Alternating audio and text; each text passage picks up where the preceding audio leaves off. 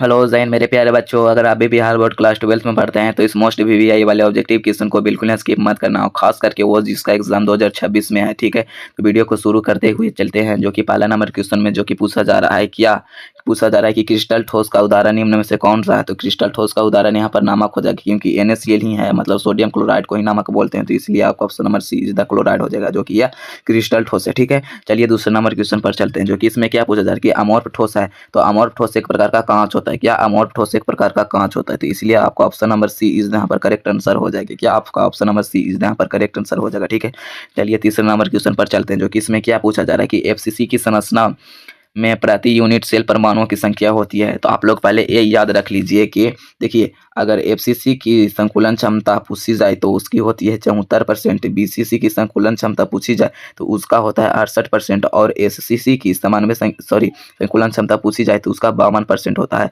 ये आप लोग कभी नहीं भूलिएगा। तो इसमें वही ना पूछा जा रहा है परमाणुओं की संख्या। एक मिनट, परमाणुओं की संख्या इसमें पूछा जा रहा है, तो देख लीजिए।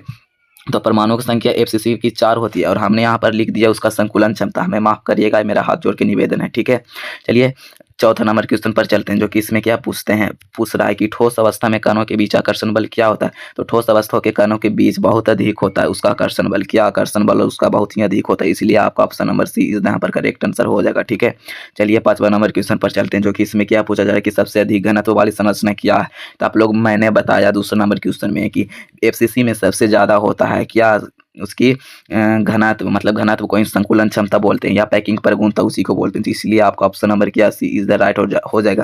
और इसमें कितना होता है, तो 74% होता है, अभी हमने बताया। ठीक है, तो चलिए छठा नंबर क्वेश्चन में चलते हैं। जो कि इसमें क्या पूछा जा रहा है कि विलयन का वह घटक जो अधिक मात्रा में होता है। तो विलयन का कौन सा घटक है जो अधिक मात्रा में होता है, तो विलायक होता है। क्या विलायक होता है, तो इसीलिए आपका ऑप्शन नंबर बी इज यहाँ पर करेक्ट आंसर हो जाएगा। ठीक है, चलिए सातवां नंबर क्वेश्चन पर चलते हैं। जो कि इसमें क्या पूछा जा रहा है कि मोलारता की इकाई क्या होती है। तो मोलारता का SI मात्रक होता है मोल बटा लीटर। क्या मोल बटा लीटर होता है, क्या मोल बटा लीटर। और यहीं पे पूछा जाता है आपका मोल लता, मतलब मोल लता की इकाई क्या होती है, तो उसका हो जाता है मोल बटा केजी। क्या मोल बटा केजी।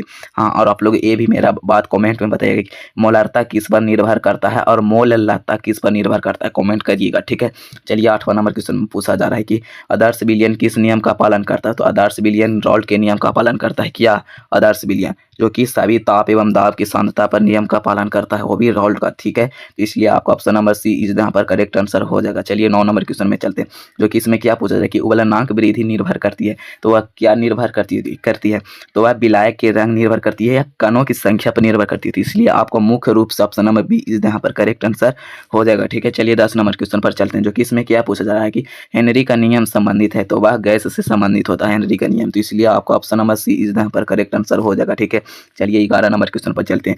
जो कि इसमें क्या पूछा जा रहा है कि इलेक्ट्रोड विभव का SI मात्रक क्या होता है। तो इलेक्ट्रोड विभव का SI मात्रक वोल्ट होता है। तो इसलिए आपका ऑप्शन नंबर बी इज यहाँ पर करेक्ट आंसर हो जाएगा। ठीक है, चलिए 12 नंबर में पूछा जा रहा है कि गैल्वेनिक सेल में ऑक्सीकरण होता है। तो गैल्वेनिक सेल में ऑक्सीकरण किस पर होता है, तो वह एनोड पर होता है। क्या एनोड पर होता है। और आप लोग अच्छी तरह से याद रखिएगा कि ऑक्सीकरण पर हमेशा एनोड होता है और अवकरण पर हमेशा कैथोड होता है, आप लोग नहीं ना भूलिएगा। ठीक है, ठीक है, चलिए 13 नंबर क्वेश्चन पर चलते हैं। जो कि इसमें क्या पूछा जा रहा है कि इलेक्ट्रोलाइट सेल में ऊर्जा स्रोत क्या है। तो मुख्य रूप से विद्युत होता है। क्या विद्युत होता है जो इलेक्ट्रोलाइट में, किसमें, तो इलेक्ट्रोलाइट में ऊर्जा का स्रोत होता है वो विद्युत होता है। ठीक है, तो आपका ऑप्शन नंबर सी इस यहाँ पर करेक्ट आंसर हो जाएगा। चलिए 14 नंबर क्वेश्चन में चलते हैं। जो कि इसमें क्या पूछा जा रहा है कि फैराड स्थिरांक का मान लगभग होता है। तो वह 96,500 कूलम्ब होता है। क्या 96,500 कूलम्ब होता है, 96,500 कूलम्ब होता है। क्या एक फैराड बराबर क्या होता है, तो 96,500 कूलम्ब होता है। आप लोगों को पहले से ही पता होगा, तो बहुत बहुत धन्यवाद। चलिए 15 नंबर क्वेश्चन में चलते हैं। जो कि इसमें क्या पूछा जा रहा है कि सेल विभव का सही सूत्र क्या होता है। तो सेल विभव का सही सूत्र होता है ई सेल बराबर क्या, ई सेल बराबर ई कैथोड या ई कैथोड माइनस ई एनोड होता है। क्या सही सूत्र, तो इसलिए आपका ऑप्शन नंबर मिला लीजिए, सी इज द करेक्ट आंसर यहाँ पर क्या हो जाएगा। ठीक है, चलिए 16 नंबर क्वेश्चन पर चलते हैं। जो कि इसमें क्या पूछा जा रहा है कि अभिक्रिया की दर निर्भर नहीं करती है। तो वह किस पर निर्भर नहीं करती है, तो वह यहाँ ऑप्शन में मिला लीजिए रंग पर नहीं निर्भर करती है, लेकिन ताप सांद्रता उत्प्रेरक पर निर्भर करती है। ठीक है, तो चलिए 17 नंबर क्वेश्चन पर चलते हैं। जो कि इसमें क्या पूछा जा रहा है कि अभिक्रिया की दर निर्भर नहीं करती है, तो रंग पर निर्भर नहीं करती है। रिपीट क्वेश्चन आ चुका है, क्या रिपीट क्वेश्चन। तो चलिए 17 नंबर में पूछा जा रहा है कि दर नियतांक की इकाई निर्भर करती है। तो दर नियम दर नियतांक की इकाई निर्भर किस पर करती है? तो वह अभिक्रिया क्रम पर निर्भर करती है। तो इसलिए आपका ऑप्शन नंबर क्या सी इज यहाँ पर करेक्ट आंसर हो जाएगा। क्या सी इज यहाँ पर करेक्ट आंसर हो जाएगा। चलिए 18 नंबर क्वेश्चन पर चलते हैं, जो कि पूछा जा रहा है कि शून्य क्रम में अभिक्रिया की दर निर्भर करती है, तो वह किस पर निर्भर नहीं करती है? तो वह सांद्रता पर निर्भर नहीं करती। तो इसलिए आपका ऑप्शन नंबर सी इज यहाँ पर करेक्ट आंसर हो जाएगा। 1 मिनट, यहाँ पर ऑप्शन में गड़बड़ी दे दिया गया है। क्या हो राइटर भाई, आप लोग ऐसे काहे करते हैं जी? मैं उसको बोलूँगा सही सही ऑप्शन लिखे, ठीक है। तो इसमें इस क्वेश्चन का आप लोग पेंडिंग मानिए, ठीक है, पेंडिंग मानिए। 19 नंबर क्वेश्चन में चलते हैं, जो कि इसमें क्या पूछा जा रहा है कि अर्ध आयु संबंधित है। तो अर्ध आयु किससे संबंधित है? तो आपका ऑप्शन नंबर ए हो जाएगा, क्योंकि वह रासायनिक गतिकी से संबंधित है। क्या अर्ध आयु, तो इसलिए आपका ऑप्शन नंबर ए इस यहाँ पर क्या करेक्ट आंसर हो जाएगा, ठीक है, करेक्ट आंसर हो जाएगा, ठीक है। चलिए 20 नंबर क्वेश्चन पर चलते हैं, जो कि इसमें क्या पूछा जा रहा है कि उत्प्रेरक का मुख्य कार्य क्या होता है? तो उत्प्रेरक का मुख्य कार्य यहाँ पर क्या होता है? तो वह सक्रियण ऊर्जा को काम करना होता है। क्या किसका? तो उत्प्रेरक का मुख्य कार्य। तो इसलिए आपका ऑप्शन नंबर सी इस यहाँ पर करेक्ट आंसर हो जाएगा। चलिए किस नंबर में पूछा जा रहा है कि अवशोषण की परिभाषा क्या है? तो अवशोषण की परिभाषा है, तो यहाँ पर आपका ऑप्शन नंबर बी हो जाएगा, क्योंकि वह सतह पर होना। क्या सतह पर, मतलब कोई भी पदार्थ है उसके सतह पर जो होता है वह अवशोषण कहलाता है। क्या अवशोषण कहलाता है। और यह किस पर, यह पांचवा चैप्टर का ये क्वेश्चन है। तो इसलिए आपका ऑप्शन नंबर क्या बी इज यहाँ पर करेक्ट आंसर हो जाएगा, ठीक है। चलिए 22 नंबर क्वेश्चन में चलते हैं, जो कि इसमें क्या पूछा था कि कोलाइड कणों का आकार होता है।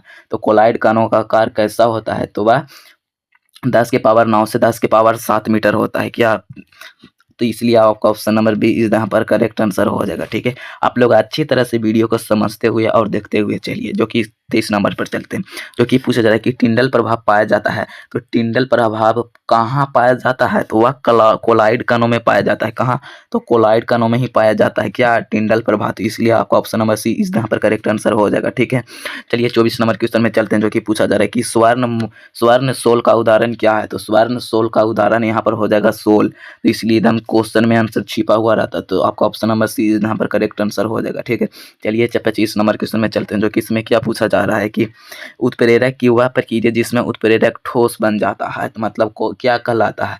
तो इसलिए आपका ऑप्शन नंबर बी हो जाएगा, क्योंकि वह विस्मांगी कहलाता है, जिसके कारण वह ठोस बन जाता है। तो इसलिए आपका ऑप्शन नंबर बी इज यहाँ पर करेक्ट आंसर हो जाएगा। चलिए 26 नंबर क्वेश्चन पर चलते हैं, जो कि इसमें क्या पूछा जा रहा है कि पीएच का मान 7 से कम होता है तो क्या होता है? हाँ, हम 10th लेवल पर यह ऑब्जेक्टिव आया है आपके पास 10th लेवल पर। तो चलिए पूछा जा रहा है 7 से कम होता है तो वह आम्ल कहलाता है, 7 से कम पर आम्ल, और 7 से अधिक होने पर वह क्षार कहलाता है। क्या? क्षार कहलाता है। और 7 बराबर होता है तो वह लवण बन जाता है। क्या? लवण कहलाता है। तो इसलिए आपका ऑप्शन नंबर सी हो जाएगा, कम होने पर वह आम्ल होता कहलाता है। तो इसलिए आपका ऑप्शन नंबर क्या सी इस यहाँ पर करेक्ट आंसर हो जाएगा। चलिए 27 नंबर क्वेश्चन पर चलते हैं, जो कि पूछा जा रहा है कि जल का पीएच मान क्या होता है? तो जल का पीएच मान 7 होता है। क्या? 7 मतलब जल उदासीन होता है। क्या? जल उदासीन होता है। तो इसलिए आपका ऑप्शन नंबर सी इस यहाँ पर करेक्ट आंसर हो जाएगा, ठीक है।